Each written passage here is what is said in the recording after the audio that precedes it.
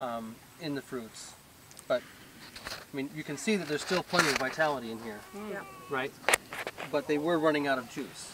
So what? I mean I would say that you still have plenty, a good level of vitality in these plants, and they will happily keep fruiting. But they went through a dip where they ran out of gas for a while. Definitely. And that's the kind of thing. Those are the management things about water and about conductivity and stuff like that. That if you can keep them going, I mean, this is my experience. Is these guys will keep growing, and they're vines. Yeah, new squash is coming in. They've got tons of flowers. Yeah. And It's a comeback. they're far from dead.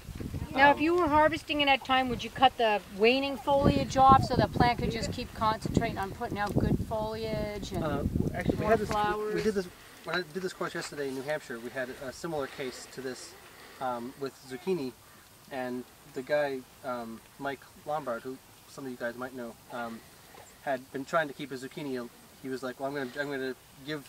He gave them some sea minerals, spray with some sea minerals, and the zucchini were, you could, from 50 feet away, it was striking the rich dark green of all the leaves. And he said that they had been starting to turn, and he decided to actively, give them a little boost, and they all turned right back. So Wow. so these guys are right. I mean, this is too late. Right, all right. But this is not too exactly, late. but that's not too late. But it has all that up. Is that's mildew though? This is Powdery. powdery mildew, Yeah. and I've seen this. I mean, last year I saw this happen where the leaves. I mean, they went White. they went white, but then they came back. But look at the bottom ones, they don't have it. This is the new leaves. This is the end. If you see it, you see the plant here. Oh, look. It's a vine, right? And it just keeps going. And this is one of the problems with this. If you want to keep them going, is you basically need to trellis them. Because they will be 6 or 8 feet long, and if you plant them every 18 inches or every 24 inches like you usually do, it's impossible to get through. It turns into like winter squash does. It turns into an unholy mess. But I think this is the principle of maintained continuous growth. So we would put down a foliar, spray these. Well, you need to decide whether you want to keep them alive or not. If you've got, Why not? Yeah. nobody wants to keep them alive, but Yeah, look, they're telling us they want to be alive. Look, they're telling us they still have plenty of juice left. Yeah. And if you keep them going, they will keep going. So I'm assuming you've got other plantings somewhere else that you're harvesting off of. This was our second planting. You'll see our first planting is even further gone. Yeah.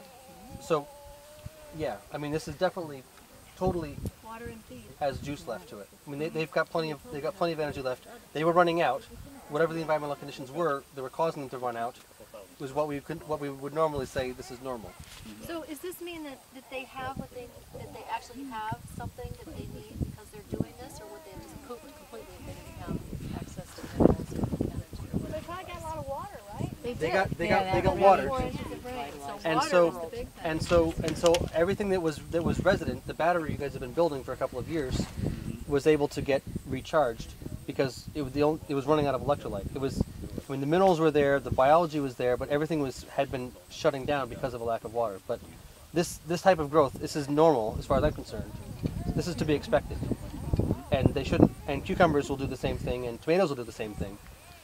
I mean, we can go look at the tomatoes in a minute, but this is a case where, I mean, it's one of those weak acid soil tests. Might be a very valuable experience. $25 to figure out what it is that they're running out of. I would suggest, across the board, there's a few things to look for. I think we talked about last course. One is when fruits are, you said you pick 500 pounds are picking, so you're picking 1,500 pounds a week of squash out of this section right here. Includes another section Okay. which is now a little further gone, but yeah. A significant amount of volume, and potassium especially is one of those minerals that it gets used up in fruit. And so I would guess that the potassium would be a limiting factor.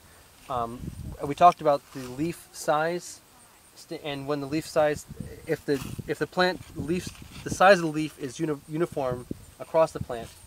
When it's not uniform, that's a sign of calcium deficiency availability. So if we start to see smaller leaves at the ends than initially were there.